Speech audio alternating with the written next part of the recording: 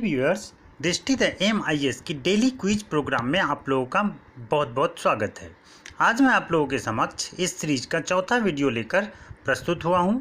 इससे पहले 3 वीडियो मैंने पहले ही डाल रखा है। अगर आप लोगों ने इन वीडियो को नहीं देखा है तो इसका लिंक मैं इस वीडियो के डिस्क्रिप्शन में डाल दूंगा, या आप हमारे चैनल के प्लेलिस्ट में जा कर के भी इसे आसानी से देख सकते हैं।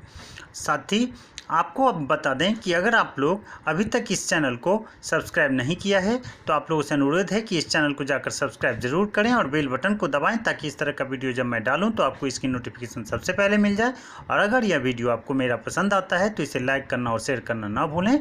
तो आइए आज के सेशन को शुरू करते हैं। आज के सेशन में हम लोग सबसे पहले शुरू करते हैं पिछले वीडियो के अभ्यास प्रश्नों को।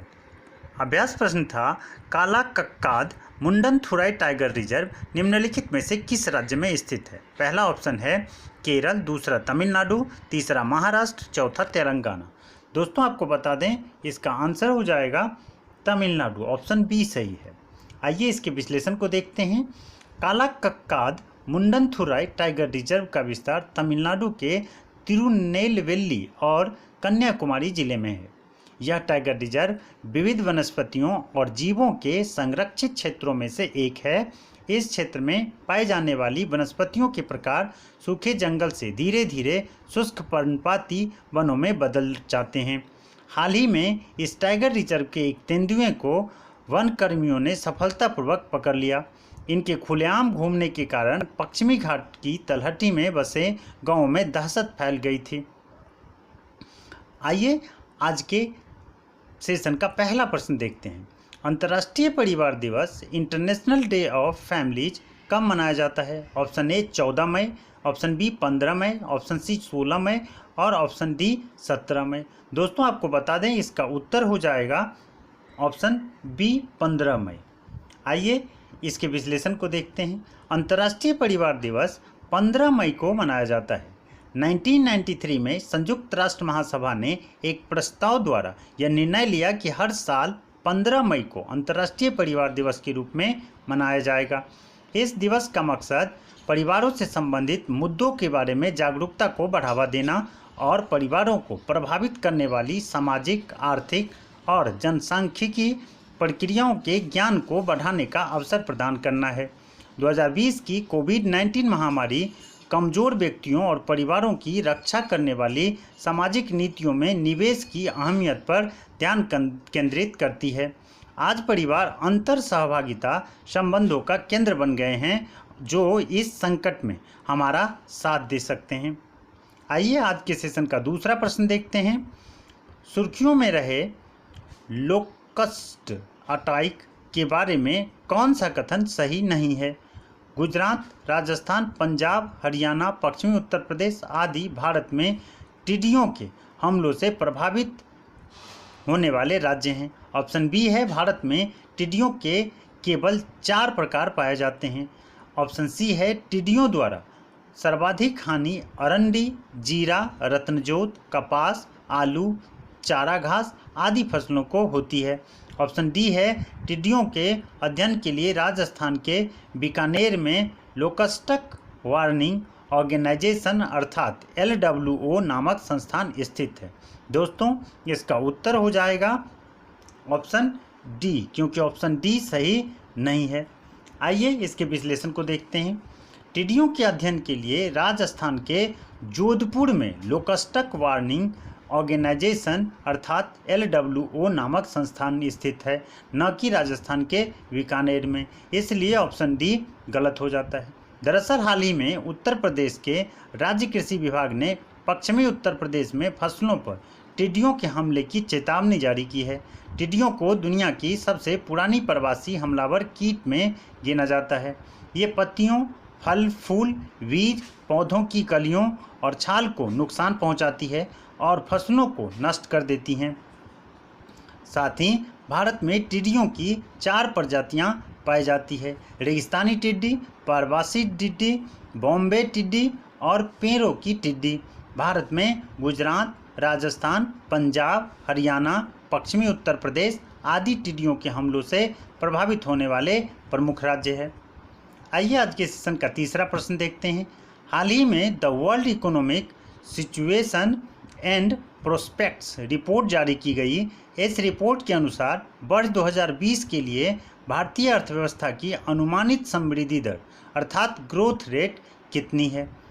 1%, 1.2%, 1.5% या फिर 2%? दोस्तों बता दें आपको, इसका उत्तर हो जाएगा ऑप्शन बी अर्थात 1.2%। आइए इसके विश्लेषण को देखते हैं। हाल ही में संयुक्त राष्ट्र ने the world economic situation and prospects report 2020 जारी किया है। इस रिपोर्ट में भारत की अनुमानित समृद्धि को अर्थात ग्रोथ रेट को 1.2% तक कम कर दिया गया है। समृद्धि दर में गिरावट का अहम कारण कोविड-19 महामारी को बताया गया है, जिसने दुनिया की अर्थव्यवस्था को तहस नहस कर दिया है अर्थात पंगु बना दिया है। रिपोर्ट में कहा गया है कि वैश्विक सकल घरेलू उत्पाद 2020 में 3.2% तक कम हो सकता है। साथ ही आपको बताते चलें कि संयुक्त रूप से विश्व अर्थव्यवस्था को 2020 और 2021 में लगभग 8.5 ट्रिलियन डॉलर का नुकसान होने का आशंका है। रिपोर्ट के मुताबिक भारत में राष्ट्रीय लॉकडाउन के कारण आर्थिक समृद्धि दर को केवल 1.2% तक ही सीमित किया जा सकता है। साथ ही आपको बता दें कि इस रिपोर्ट के अनुमान के मुताबिक भारत और चीन दुनिया की केवल 2 अर्थव्यवस्थाएं हैं जिन्हें 2020 में सिकुड़ने अर्थात श्रिंक का खतरा नहीं है, जबकि उनकी विकास दर काफ़ी धीमी हो गई है। रिपोर्ट में चीन की अनुमानित समृद्धि दर अर्थात ग्रोथ रेट को 1.7% बताई गई है। आइए आज के सेशन का चौथा प्रश्न देखते हैं। हाल ही में लॉन्च की गई टूर ऑफ ड्यूटी योजना का संबंध निम्नलिखित में से किससे है? भारतीय मेडिकल सर्विसेज, अखिल भारतीय लोक सेवा, भारतीय सेना या फिर कोविड-19 के लिए वॉलंटरी आधारित सेवा से? दोस्तों आपको बता दें इसका उत्तर हो जाएगा ऑप्शन सी भारतीय सेना। आइए इनके विश्लेषण को देखते हैं। भारतीय सेना ने आम नागरिकों के लिए टूर ऑफ ड्यूटी अर्थात टीओडी का या 3 years short service scheme launch की है। इस योजना के तहत सेना देश की सेवा के मकसद से 3 साल के कार्यकाल के लिए 1.3 मिलियन नागरिकों को आर्म्ड फोर्सेज में शामिल होने की अनुमति देने पर विचार कर रही है। यह एक स्वेच्छा आधारित सेवा होगी। आपको बता दें कि इस योजना का मकसद आर्म्ड फोर्सेज में सर्वश्रेष्ठ प्रतिभा को आकर्षित करने और नागरिक समाज को सैन्य जीवन का अनुभव करने का अवसर देकर सेना के करीब लाना है। साथ ही यह योजना उन युवाओं के लिए है जो रक्षा सेवाओं को अपना अस्थायी व्यवसाय तो नहीं बनाना चाहते, लेकिन फिर भी सैन्य व्यावसायिकता के रोमांच और सेवा का अनुभव करना चाहते हैं। इस 3 साल की सेवा अवधि के लिए व्यक्ति की आय को करमुक्त रखा गया है। आइए आज के सेशन का 5वां प्रश्न देखते हैं। दाइमर बसा डैम के निर्माण के लिए हाल ही में पाकिस्तानी आर्मी ने किस देश की फर्म के साथ समझौता किया है? ऑप्शन ए चीन, बी भारत, सी अफगानिस्तान या फिर डी ईरान के साथ? दोस्तों आपको बता दें दाइमर बासा डैम के निर्माण के लिए पाकिस्तानी आर्मी ने हाल ही में ऑप्शन ए हो जाएगा इसका सही, क्योंकि चीन के साथ समझौता किया है। आइए इसके विश्लेषण को देखते हैं। पाकिस्तान के प्रधानमंत्री इमरान खान ने चीन संचालित फर्म के संयुक्त उद्यम के साथ दाइमर भाषा बांध के निर्माण के लिए अनुबंध पर हस्ताक्षर किया है। इस प्रोजेक्ट में चीन की सरकारी कंपनी चाइना पावर की 70% हिस्सेदारी है और पाकिस्तानी आर्म्ड फोर्सेज की कमर्शियल शाखा फ्रंटियर वर्कर्स ऑर्गेनाइजेशन की हिस्सेदारी इसमें 30% है। इस अनुबंध में डाइवर्जन सिस्टम, मुख्य बांध, पुल और 21 MW अर्थात मेगावाट की तांगीर जल विद्युत परियोजना का निर्माण भी शामिल है। 272 मीटर ऊंचाई वाला और 8 मिलियन एकड़ फीट में बना यह जलाशय दुनिया का सबसे लंबा रोलर कॉम्पैक्ट कंक्रीट RCC बांध होगा। आइए आज के सेशन का 6ठा प्रश्न देखते हैं। चट्टानों से संबंधित निम्नलिखित कथनों में से कौन सा सही है? पहला, आग्नेय चट्टानों में जीवाश्म का अभाव होता है। दूसरा, परतदार चट्टानों के निर्माण में पहले से उपस्थित चट्टानों का क्षरण सम्मिलित हो जाता है। ऑप्शन सी कहता है कि रूपांतरित या केंद्रित चट्टानों का निर्माण आग्नेय और अवसादी चट्टानों में ताप, दाब और रासायनिक क्रियाओं से बदलाव के कारण होता है। दोस्तों आपको बता दें ये सभी कथन सही है, इसलिए इसका उत्तर हो जाएगा ऑप्शन डी। आइए इसके विश्लेषण को देखते हैं। पृथ्वी पर 3 प्रकार की चट्टानें पाई जाती है, आग्नेय, परतदार और रूपांतरित या केंद्रित चट्टानें। आग्नेय चट्टानें मैग्मा के ठंडे होकर ठोस बनने से निर्मित होती है। पृथ्वी पर सबसे पहले निर्मित होने की वजह से इन्हें आधारभूत प्राथमिक चट्टान भी कहा जाता है। इनके उदाहरण है बेसाल्ट, ग्रेनाइट आदि। इनमें जीवों के अवशेष नहीं पाए जाते हैं। वहीं अवसादी या परतदार चट्टानों का निर्माण पहले से उपस्थित चट्टानों के विखंडित ठोस पदार्थों, जीव जंतुओं और पेड़ पौधों के जमाव से होता है। इन चट्टानों में जीवाश्म काफ़ी मात्रा में पाए जाते हैं। साथ ही आपको बताते चलें कि रूपांतरित या केंद्रित चट्टानों का निर्माण आग्नेय और अवसादी चट्टानों में ताप, दाब और रासायनिक क्रियाओं से होने वाले बदलाव या परिवर्तन के कारण होता है। इन चट्टानों के उदाहरण है क्वार्टजाइट, संगमरमर, स्लेट, ग्रेफाइट और हीरा। आइए आज के सेशन का 7वां प्रश्न देखते हैं। भूकंपीय तरंगों से संबंधित निम्नलिखित कथनों पर विचार कीजिए। ऑप्शन 1 है पी तरंगे ध्वनि तरंगों के समान संचरण करती है। ऑप्शन 2 कहता है कि एस तरंगे द्वितीयक सेकेंडरी तरंगे होती है जो ठोस, द्रव और गैस तीनों माध्यम से होकर गुजरती है। ऑप्शन सी कहता है एल तरंगे लंबी अवधि वाली तरंगे होती है जो मुख्यतः धरातलीय भाग से होकर गुजरती है। और ऑप्शन 4 कहता है कि सिस्मोग्राफ पर सबसे पहले पी, उसके बाद एस और उसके बाद सबसे अंत में एल तरंगे अंकित होती है। उपर्युक्त में से कौन सा कथन सही है? ऑप्शन 1 कहता है 1 और 2, ऑप्शन बी कहता है 2, 3 और 4, ऑप्शन सी कहता है 1, 3 और 4, ऑप्शन डी कहता है 1, 2, 3 और 4 सभी। दोस्तों आपको बता दें इसका उत्तर है ऑप्शन सी, क्योंकि 1, 3 और 4 सही है जबकि 2 गलत है। अब 2 गलत क्यों है इसे हम विश्लेषण में जानते हैं।